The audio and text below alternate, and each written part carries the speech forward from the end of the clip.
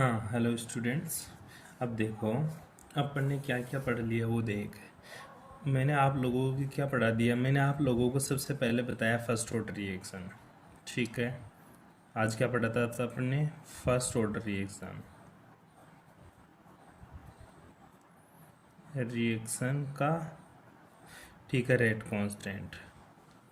ठीक है, जो रेट कांस्टेंट पढ़ाया आपको वो था तेरा K1। ठीक है, फॉर्मूला याद करने के लिए बोला मैंने, वो याद करना तेरे को 2.303 अपॉन टी। ठीक है, और फिर याद कर क्या करना, log 10 बेस ए अपॉन ए माइनस एक्स। ठीक है, सिंपल सा फॉर्मूला था। दोबारा देख, जहाँ पर एक क्या होती इनिशियल कंसंट्रेशन, या इस फॉर्मूले को मैं दोबारा रिवाइज करके बताऊँ तो इसको ऐसा भी लिख सकता हूँ, K1 2.303 upon T log 10 base, यहाँ पे A0 अपॉन A1, A0 या A, जहाँ पे A0 क्या है, मेरी इनिशियल कंसंट्रेशन। ठीक है, इनिशियल कंसंट्रेशन। ठीक है, कुछ भी आ सकता है रे भाई, देख तू फॉर्मूला को रटना मत है। और जो A0 है, ठीक है, ये है मेरी फाइनल कंसंट्रेशन। ठीक है, सिंपल सी, यहाँ तक अपन ने बात कर ली थी। उसके बाद में इसकी जो हाफ लाइफ टाइम था, ठीक है, हाफ लाइफ टाइम, ठीक है, ठीक है, हाफ लाइफ टाइम की बात करी। हाफ लाइफ टाइम था टी हाफ। टी हाफ का डायरेक्ट तुझे याद करना क्या, 0.693 अपॉन के। ठीक है, अब इधर देख, जो first order reaction rate constant थी, इसमें जो रेट होती थी ना, वो डायरेक्टली प्रोपोर्शनल टू होती है कंसंट्रेशन ऑफ एक की पावर 1। मतलब ये डायरेक्टली प्रोपोर्शनल टू होती है, जो यो वेग होता है, जो इसकी दर होती है, ये दर समानुपाती होती है किसके, सांद्रता के। यहाँ पे जो टी हाफ है, टी हाफ है, ठीक है, ये टी हाफ क्या है मेरा, अनडिपेंडेंट है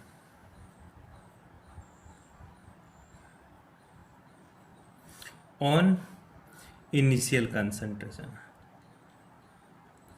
इनिशियल कंसंट्रेशन मतलब गुरुजी ये कंसंट्रेशन के ऊपर डिपेंड नहीं करता, ये कंसंट्रेशन के ऊपर डिपेंड करता है, जबकि ये मेरी कंसंट्रेशन के ऊपर डिपेंड नहीं करती। रेट कांस्टेंट तो मेरा कंसंट्रेशन के ऊपर डिपेंड करता है, लेकिन मेरा जो हाफ लाइफ टाइम है ये कंसंट्रेशन के ऊपर डिपेंड नहीं करता। इसका तो मान 0.693 अपॉन के होता है, और के की वैल्यू पुट करो, रेट कांस्टेंट कांस्टेंट, तो ये सारी चीज़ें क्या है मेरा, कांस्टेंट। तो टी हाफ क्या है मेरा, कांस्टेंट है। टी हाफ की जो वैल्यू आएगी वो क्या रहेगी, मेरी कांस्टेंट रहेगी। ठीक है, मतलब गुरुजी कंसंट्रेशन में कितना भी बदलाव कर, टी हाफ में कोई बदलाव नहीं होगा, ये पढ़ा था अपन ने। उसके बाद में मैंने छोटा सा और बताया था टू टाइम इंटरवल्स के लिए। ठीक है, वो भी आपको फॉर्मूला याद रखना है। और उसके बाद में मैंने 2-3 ग्राफ बताए थे, वो भी आपको आने चाहिए। अब जो अपन फर्स्ट ऑर्डर रिएक्शन की बात कर रहे हैं, तो फर्स्ट ऑर्डर रिएक्शन में अपन पहले क्या, रेट कांस्टेंट की यूनिट निकालेंगे। सबसे पहले रेट कांस्टेंट की यूनिट, तो टॉपिक लगाओ कि रेट कांस्टेंट की unit, first order rate constant, unit of first order rate constant. ठीक है, न्यूमेरिकल अपन ने कर लिया था। Unit of first order rate constant. ठीक है मेरे भाई, देख आ गया unit of first order rate constant. ठीक है, प्रथम कोटि अभिक्रिया की इकाई। वैसे मैंने आप लोगों को यूनिट निकालने का एक सिंपल सा फॉर्मूला बताया था, उसी फॉर्मूले से भी निकाल सकता तो के एन इक्वल्स टू, यहाँ पर देख कितना फॉर्मूला, कैसे कैसे लिख सकता तो, कंसंट्रेशन की power 1 minus N dot second inverse, पहला फॉर्मूला। ठीक है, इसी को रीअरेंज किया, क्योंकि कंसंट्रेशन तो क्या होती है सर मेरी मोलरता, और मोलरता क्या होती है, मोल पर लीटर, मोल पर लीटर की power 1 minus N dot second inverse. जहाँ पे एन क्या है, एन गुरुजी मेरा होता है order of reaction, order of reaction, N क्या होता है मेरा, ऑर्डर ऑफ रिएक्शन। सिंपल सी बात है। अगर मैं जीरो की बात करूँ तो जीरो का भी निकाल सकता हूँ। फर्स्ट की अपन बात करें तो K1 किसके बराबर, कंसंट्रेशन की पावर 1 लगा दे एन की जगह, ये ले गुरुजी कंसंट्रेशन की पावर 1 माइनस 1 डॉट है सेकेंड इनवर्स, 1 माइनस 1 क्या, 0, तो कंसंट्रेशन की पावर क्या आ गई, 0 डॉट सेकेंड इनवर्स। और किसी की पावर 0 होती है उसका मान कितना होता है 1 डॉट सेकेंड इनवर्स। तो प्रथम कोटि अभिक्रिया की जो रेट कांस्टेंट है उसकी यूनिट क्या आएगी मेरी सेकेंड इनवर्स। ये तो अपन बाय फॉर्मूले से निकाल सकते हैं। यहाँ से कैसे निकालू गुरुजी, सिंपल सी बात है, ये क्या कंसंट्रेशन, ये भी क्या है कंसंट्रेशन, कंसंट्रेशन से कंसंट्रेशन कट गई तो बचा क्या गुरुजी लॉग कांस्टेंट, ये कांस्टेंट तो नीचे टी, टी की यूनिट क्या होती है सेकंड, ऊपर जाएगा तो सेकंड इनवर्स। सिंपल सी है, यहाँ पे अपन इसकी यूनिट क्या निकाल सकते हैं सेकंड इनवर्स। क्यों? क्योंकि गुरुजी ये कंसंट्रेशन से कंसंट्रेशन कट गई। तो इस तरह से तो unit of first order reaction निकाल सकता है। यहाँ तक किसी को कोई प्रॉब्लम? ठीक है। अब बात आती है गुरुजी, अब जरूरी तो नहीं है कि हर जगह मुझे कंसंट्रेशन ही दे। तू बोल दिया कंसंट्रेशन, तू बोल रहा है यहाँ पे एक ही कंसंट्रेशन, एक ही कंसंट्रेशन, यहाँ पे इनिशियल कंसंट्रेशन, तो बोल रहा है यहाँ पे इनिशियल कंसंट्रेशन, यहाँ पे फाइनल कंसंट्रेशन। तो गुरुजी ऐसा तो कोई हार्ड एंड फास्ट नहीं है ना कि हर इक्वेशन का मान कंसंट्रेशन में दे दे। मान ली कुछ इक्वेशन ऐसी भी हो जो प्रेशर के ऊपर डिपेंड करती हो, कुछ रिएक्शन क्या हो मेरी ऐसी हो जो किसके ऊपर डिपेंड कर रहे हैं प्रेशर के ऊपर। तो सर उनका मैं रेट कांस्टेंट कैसे निकालूंगा? आपने तो कंसंट्रेशन दे दिया, मेरे को कोई क्वेश्चन दे दे ऐसा जिसमें केवल प्रेशर दे, मेरे को कोई क्वेश्चन दे दे ऐसा जिसमें क्या दे दे तेरे को केवल प्रेशर दे दे, तो सर उसका मैं कैसे निकालूंगा? अच्छा भाई ऐसी कोई इक्वेशन होती है बिल्कुल, जैसे सर मैं एक रिएक्शन लिखूँ, आप मुझे बताओ उसमें कंसंट्रेशन नहीं है, कंसंट्रेशन नहीं है, प्रेशर दे दे। जैसे फॉर एग्जांपल जैसे मेरे को दे दे N2O5, N2O5 ये गैस है, जब ये टूटती है ना तो बनता क्या है गुरुजी, जब ये टूटता है ना तो 2NO2 क्या बनता है मेरा 2NO2 जो कि गैस, प्लस है हाफ है O2 जो कि क्या मेरी गैस, ये भी गैस है। अब इस रिएक्शन में तो गैस है और गैस का तो क्या होता है प्रेशर, गैस का तो क्या होता है प्रेशर, ठीक है, और गैस का तो प्रेशर होता है। तो सर प्रेशर के रेस्पेक्ट कैसे निकाल लूँ फर्स्ट ऑर्डर रिएक्शन है या नहीं है, क्योंकि ये तो फर्स्ट ऑर्डर है, तो मेरे को कैसे पता चलेगा कि सर इसको प्रेशर के रेस्पेक्ट में कैसे इसका आंसर निकालूंगा फर्स्ट ऑर्डर रेट कांस्टेंट का मान। ठीक है, तो तू हेडिंग लगा ले, ठीक है, first order rate constant in term of pressure. ठीक है, एक दोबारा से हेडिंग लगा ले, first order reaction, first order rate constant in term of pressure. ठीक है, कि दाब में प्रथम कोटि अभिक्रिया होती है, वो दाब के सापेक्ष प्रथम कोटि अभिक्रिया क्या होगी वो निकाल रहे हैं। अब देख भाई सिंपल सी चीज देख, क्या देख, सिंपल सी चीज देख। अब सिंपल सी चीज कैसे, इसमें इसी रिएक्शन को देख ले, ये मेरा रिएक्टेंट है और ये मेरे क्या है प्रोडक्ट है, ये तो मेरा रिएक्टेंट है और ये क्या है मेरे प्रोडक्ट। अब सिंपल सी बात है कि जो भी प्रेशर की रेस्पेक्ट वाली रिएक्शन होगी उसकी सिंपल सी बात ये मिलेगी आपको कि गुरुजी जो भी रिएक्शन होगी ना फर्स्ट ऑर्डर रिएक्शन, उसमें प्रोडक्ट हमेशा दो मिलेंगे, उसमें प्रोडक्ट हमेशा क्या मिलेंगे दो, क्योंकि रिएक्टेंट टूटता तो मिनिमम दो प्रेशर वाले मॉलिक्यूल्स बनाएगा। जैसे N2O5 को तोड़ा अपने तो NO2 गैस और O2 गैस बनी। इसी तरह कोई सी भी रिएक्शन होगी फर्स्ट ऑर्डर जो गैसियस स्टेट में होगी उसमें प्रोडक्ट हमेशा दो ही मिलेंगे मोस्टली तुझे। ठीक है, तो मैं एक रिएक्शन लिख लेता हूँ कि सर ये मेरा रिएक्टेंट है ए, ठीक है, ये क्या है मेरा रिएक्टेंट है। जब ये टूटता है ना गुरुजी, ये मेरा रिएक्टेंट है, ठीक है, जब ये टूटता है ना तो B प्लस सी क्या बनाता है प्रोडक्ट। ये मेरा रिएक्टेंट है, जब ये टूटेगा ये मेरा क्या है रिएक्टेंट है, जब ये क्या होगा जब गुरुजी ये टूटेगा तो क्या बनाएगा प्रोडक्ट बनाएगा, सॉरी हाँ क्या बनाएगा प्रोडक्ट बनाएगा। अब चलते हैं अपन T बराबर 0 पर, T बराबर जीरो पर गुरुजी माना कि जो मेरा ये A है इसका प्रेशर क्या था P था। T बराबर 0 पर इसका प्रेशर मैंने क्या मान लिया गुरुजी ये मेरा P1 था। ठीक है, क्या था P1। उस टाइम पे B और C बना नहीं गुरुजी, उस टाइम पे टोटल प्रेशर मेरा P1 ही था। उस टाइम पे B भी कुछ नहीं था और C भी कुछ नहीं था, केवल जो मेरा T बराबर 0 पर इसका प्रेशर क्या था P ATM। ठीक है, इसकी यूनिट क्या रहेगी, एटीएम, मतलब एटमॉस्फेयर इसकी यूनिट रहेगी था। अब देखो सर, कुछ प्रेशर टूटा, कुछ प्रेशर रिलीज हुआ, जितना रिलीज होगा उतना ही तो प्रोडक्ट बनेगा तेरा।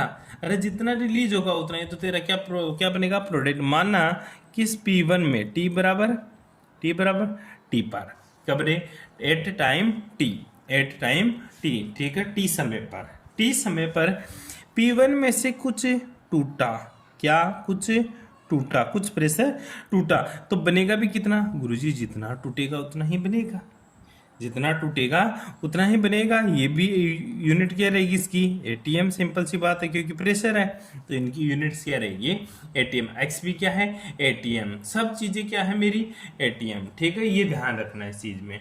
अब बता, अब तू मेरे को बता, क्या बताऊं गुरुजी, अब मेरे को ये बता, जब टी बराबर टी के ऊपर था, सिंपल सी देख ले, एक कंटेनर ले, ठीक है, ये मेरा कंटेनर है, इसमें अब बता प्रेशर कब बनता है, जब पूरा का पूरा कंटेनर क्या हो, क्लोज, पूरा का पूरा कंटेनर क्या है मेरा, क्लोज कंटेनर था, ए था, ठीक है, ये मेरा ए पड़ा था इसमें, ठीक है, पूरा का पूरा क्लोज कंटेनर था, पूरा क्लोज कंटेनर ए था, और उस टाइम पे इसका प्रेशर क्या था, P1 था, ठीक है, सिंपल।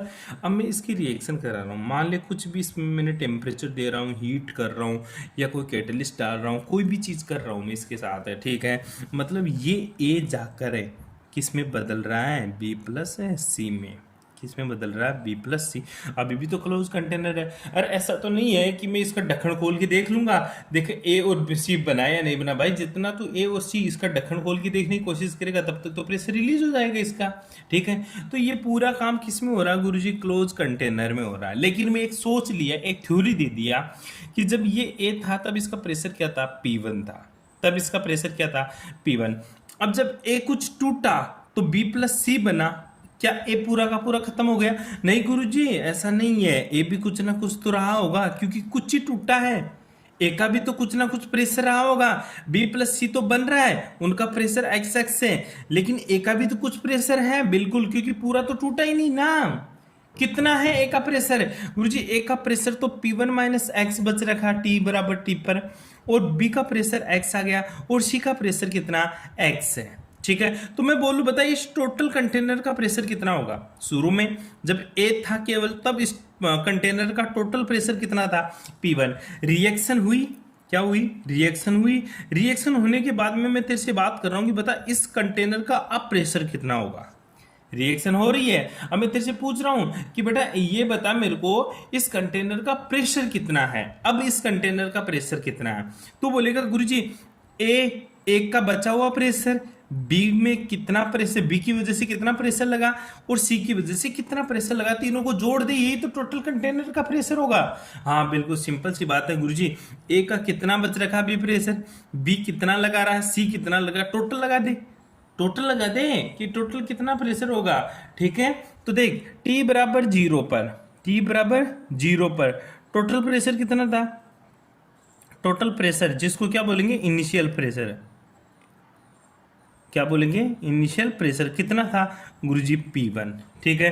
टी बराबर टी पर, टी बराबर टी पर, ठीक है। अब क्या आएगा, फाइनल प्रेशर, क्या आएगा तेरा, फाइनल प्रेशर, ठीक है। फाइनल प्रेशर कितना होगा सर, वो होगा मेरा P2 के बराबर, किसके बराबर है, P2 के बराबर।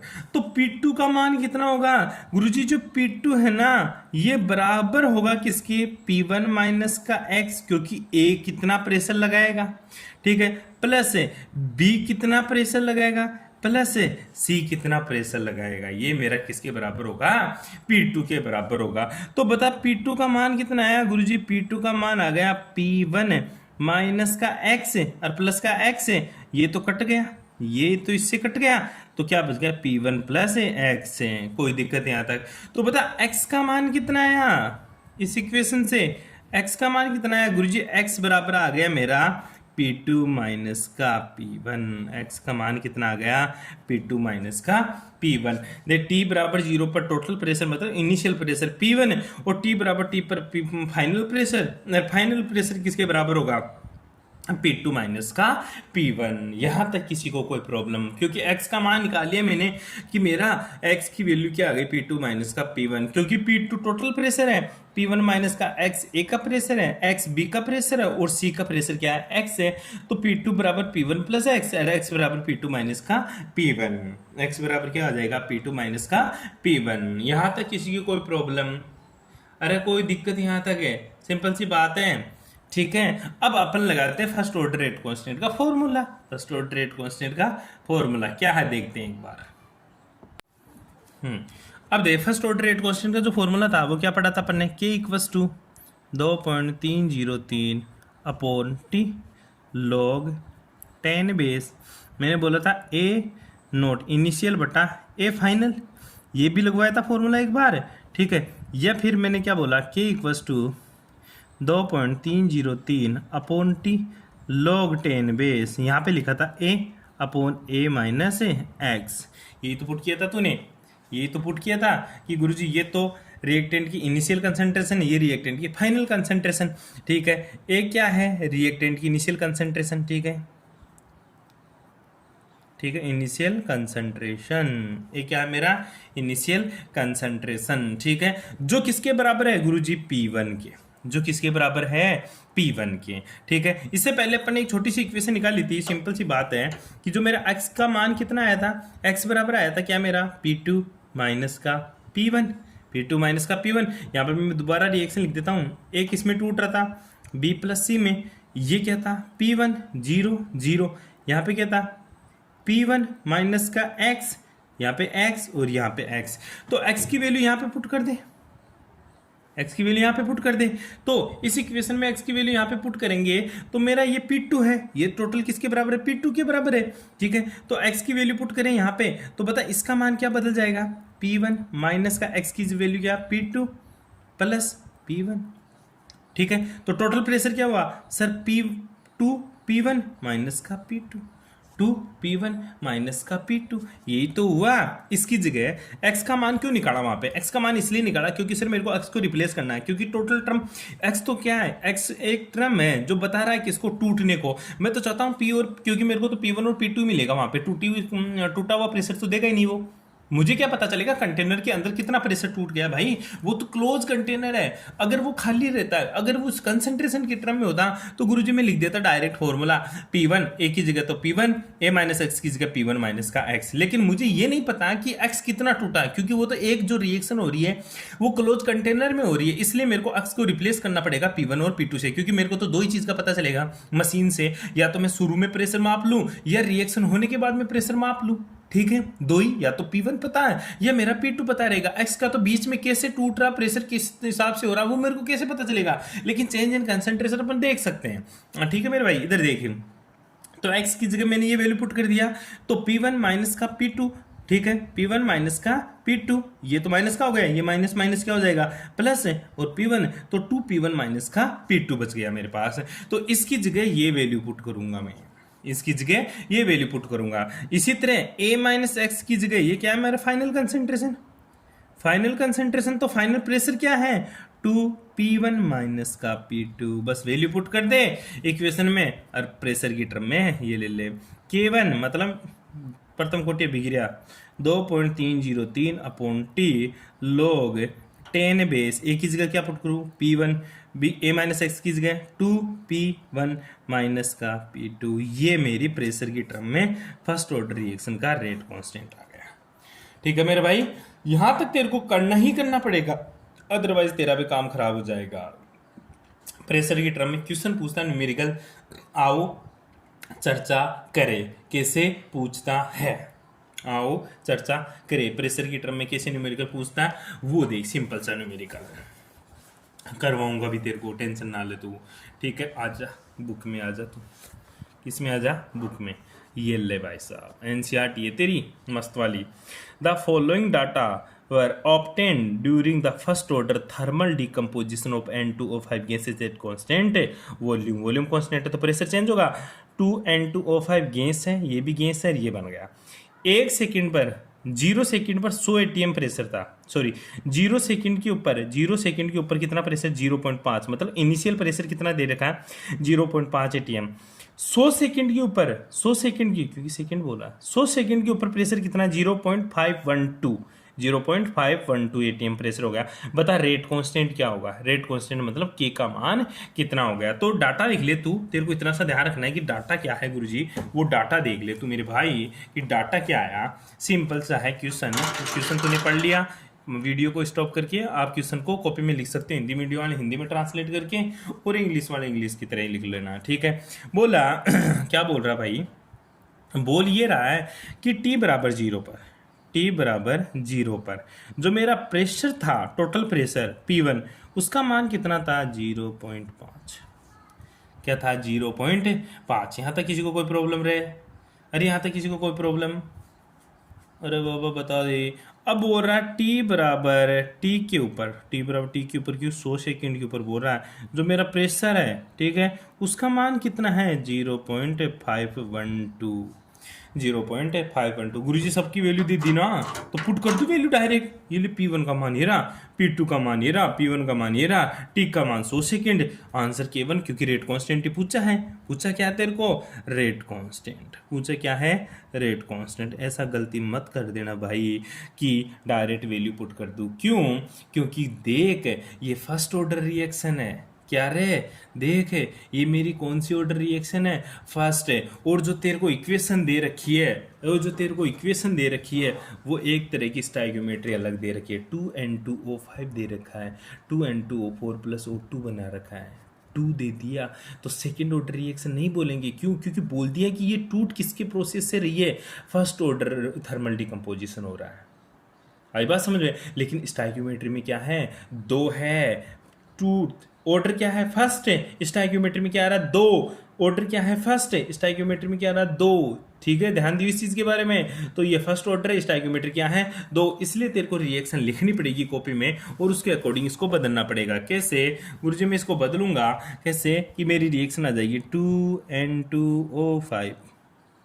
गुरुजी ये क्या है, गैस है, क्या है गैस रे, ओ क्या है गैस, 2n2O4, ये भी क्या है गैस, बन क्या गई, ऑक्सीजन माता गैस बन गई भाई, ठीक है, क्या बन गई, ऑक्सीजन गैस बन गई।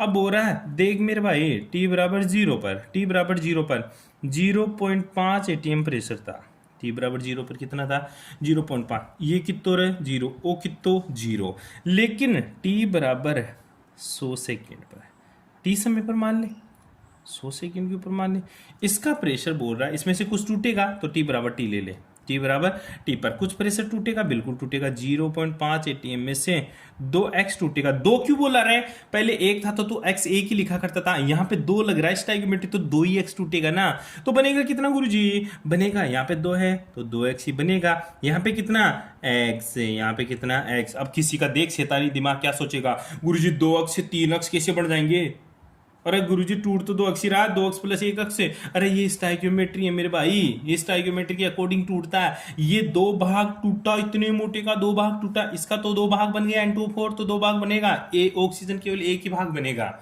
आई बात समझ में, इस तरह से। अब जो तेरा P2 है, अब तेरा जो P2 है वो तो तुझे पता ही है, वो तो तुझे पता ही है, इतना दे रखा, लेकिन जो P2 का मान आएगा वो क्या आएगा 0.5 माइनस का 2x प्लस का 2x प्लस का x, तो P2 का मान कितना आ गया, P2 का मान आ गया 0.5 है प्लस x, ठीक है, तो x का मान कितना आ गया P2 माइनस का x, P2 माइनस का x, कोई प्रॉब्लम, सॉरी P2 माइनस का 0.5 ने, ओ भाई 0.5 x तो निकाल ही रहा तू, x बराबर P2 माइनस का 0.5।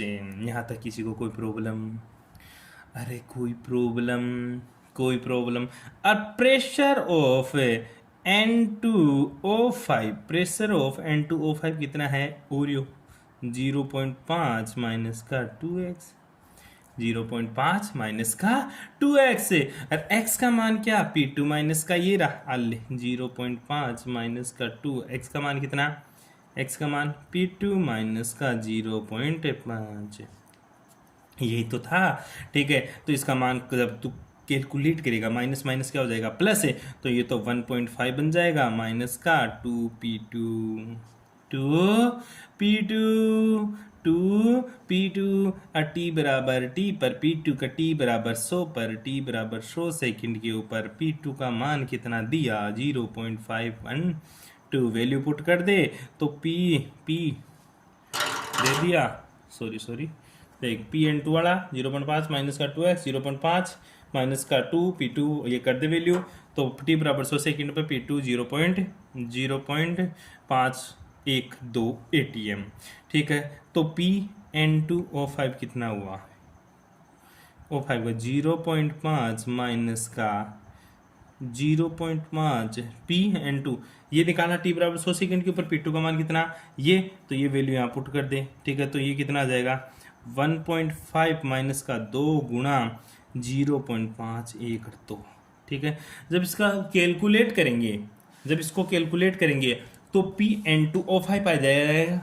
Pn2O5 कितना जाएगा जब इसको कैलकुलेट करेंगे, 0.476 ATM की समथिंग आ जाएगा। ठीक है, और आ जाएगा बस, तो Pn2O5 ये वाला आ गया तेरा। ठीक है, ये वैल्यू डायरेक्ट लगा दे, और P1 तुझे पता है, और तो K का मान कितना जाएगा, K बराबर 2.303 अपॉन टी मतलब 100 सेकेंड। ठीक है, log 10 बेस P वाला पहला ये ले 0.5। ठीक है, अरे गुरुजी तो फॉर्मूले लगा दे, तो फॉर्मूला लगा दे, बिल्कुल हो जाएगा। देख कोशिश कर एक बार, 2 गुणा P1 की वैल्यू कितनी, 0.5, तो 5 दूनी 10। ठीक है, माइनस का P2 का मान कितना, 0.512। घटा दे, एक में से ये घटा दे, एक में से ये घटा दे, कितना बचेगा, अरे एक में से घटान तो एक है, 0.000 ले, 0.512, 8 कितना बचेगा, 10 में 2 गया तो 8, क्या 9 में से 1 गया तो 8, यहाँ पे कितना था 10 में से 5 गया तो, सॉरी 9 में से 5 गया तो 4.48। ठीक है, वही आंसर आएगा, आंसर वही आएगा, या तो डायरेक्ट फॉर्मूले से भी कर दे तो भी आंसर आ जाएगा, लेकिन थोड़ा सा चिन्नी सा वेरिएशन आएगा। तो क्या गुरुजी वो देखेगा, वो नहीं भाई, वहां पे इतना वेरिएशन नहीं मिलेगा आपको। ठीक है, आपको बस ऐसे पार्शियली देखना पड़ेगा, या तो पूरा प्रोसेस करो या डायरेक्ट फॉर्मूले में वैल्यू पुट करो, आपका आंसर मिल जाएगा 0.0476 कर लें। कोई प्रॉब्लम यहाँ तक है, अरे भाई कोई प्रॉब्लम सोल्व करो, आंसर निकालो। ठीक है, इस तरह से तेरा प्रेशर वाला फर्स्ट ऑर्डर रिएक्शन काम में आता है मेरे भाई। तो ये चीज़ तो आसानी से पढ़ सकता है। ठीक है, यहाँ तक किसी को कोई प्रॉब्लम, बस तेरे को ये फॉर्मूला इंपॉर्टेंट है, ये याद होना चाहिए प्रेशर की टर्म में। ठीक है, ये मेरी फर्स्ट ऑर्डर रेट कांस्टेंट वाली इक्वेशन थी। अब ये फर्स्ट ऑर्डर है, लेकिन कुछ रिएक्शन सूडो फर्स्ट ऑर्डर भी होती है। हिंदी में क्या बोलेंगे फिर, सूडो मतलब छदम मतलब आभासी प्रथम कोटि अभिक्रिया, छदम प्रथम कोटि अभिक्रिया। तो लगा ले heading pseudo first order reaction, ये तेरा लास्ट टॉपिक है। लगा लिया तूने हेडिंग है, अरे भाई लगा लीजिए। देख क्या है, सूडो फर्स्ट ऑर्डर रिएक्शन मतलब छदम प्रथम कोटि अभिक्रिया। अब पहली बात तो इसको सूडो क्यों बोला, सूडो मतलब आभासी मतलब छदम। ऐसा इसका नाम क्यों दिया, ऐसा इसलिए नाम दिया मेरे भाई, क्योंकि इस अभिक्रिया की एक कंडीशन होती है, ये सूडो मतलब छदम मतलब आभासी, मतलब गुरुजी आभासी दिखता होगा, मतलब होती नहीं होगी। आभासी का मतलब जो होता नहीं है एक्चुअल में, जो दिखता कुछ और है होता कुछ और है। तू देख रहा है हाँ भाई साहब प्रथम कोटि बिगड़ा, लेकिन जब उसके बाद देखो ना, अरे भाई ये तो कुछ और ही था। जैसे कोई सामने से आता हुआ तेरे को दिखाई देता है तो बोलता हाँ ये तो कौन है, ये तो अनिल है भाई, अनिल आ रहा है। ठीक है, लेकिन जब पास में देखा तो पता चला ये तो अनिल नहीं था, कुछ और ही निकल गया। ठीक है, तो वो तेरा क्या है, आभासी, वो क्या है तेरा आभासी, जिसको बोलते छदम प्रथम कोटि अभिक्रिया। वैसे ही मतलब तो क्या दिखेगा, क्या होगा, क्या तो वो बता, तू समझा। ठीक है, ऐसी अभिक्रिया जिनका ऑर्डर तो क्या हो, जिनका ऑर्डर मतलब जिनकी गुरुजी कोटि, जिनकी कोटि तो क्या हो, एक हो, लेकिन जिनकी मोलिकुलरिटी,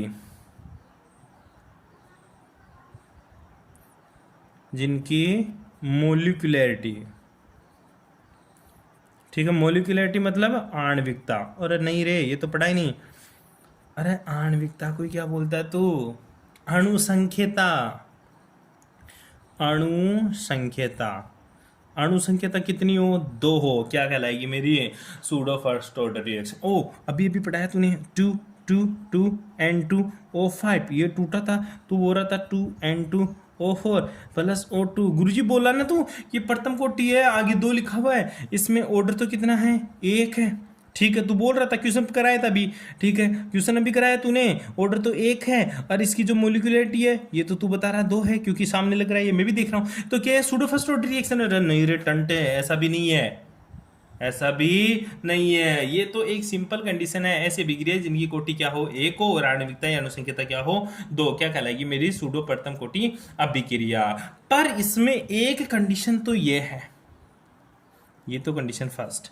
दूसरी कंडीशन क्या होती है, दूसरी कंडीशन क्या होती है गुरुजी, इसमें एक रिएक्टेंट को, वन रिएक्टेंट, एक रिएक्टेंट को किस में लेते हैं, एक्सेस में लेते हैं। एक्सेस आधिक्य, आधिक्य, आधिक्य किस में लेते हैं, आधिक्य में। आधिक्य का मतलब इतना लेते हैं, इतना लेते हैं, इतना लेते हैं, इतना लेते हैं कि पता ही नहीं चलता किसमें बदलाव हो रहा है या नहीं हो रहा। फॉर एग्जाम्पल मैंने ले लिया गुरुजी समुंदर, क्या ले लिया, समुंदर, सी वाटर, ठीक है। समुंदर में जाकर मैंने क्या डाल दिया, एक मुट्ठी नहीं, एक बाल्टी नहीं, एक ट्रक जाकर मैंने नमक का घोल दे दिया उसमें, एक ट्रक नमक डाल दिया मैंने उसमें, समुंदर में। कौन से समुंदर में सर, प्रशांत महासागर में तू गया और वहां पे जाकर एक ट्रक नमक का डाल दिया। बता उस प्रशांत महासागर के जल पर कोई प्रभाव पड़ेगा क्या, उसमें कोई खारापन आएगा एक ट्रक नमक डालने से? गुरुजी क्या फर्क पड़ेगा उसके, कुछ ही इफेक्ट नहीं पड़ने वाला। क्यों? क्योंकि वो तो एक सागर है, पूरा का पूरा एक प्रशांत महासागर है, महासागर, ठीक है। लेकिन ट्रक से क्या ही प्रभाव पड़ेगा, तो ट्रक की कंसंट्रेशन, ट्रक में जो नमक है उसकी कंसंट्रेशन पड़ेगा, बिल्कुल गुरुजी वो तो खराब हो जाएगा,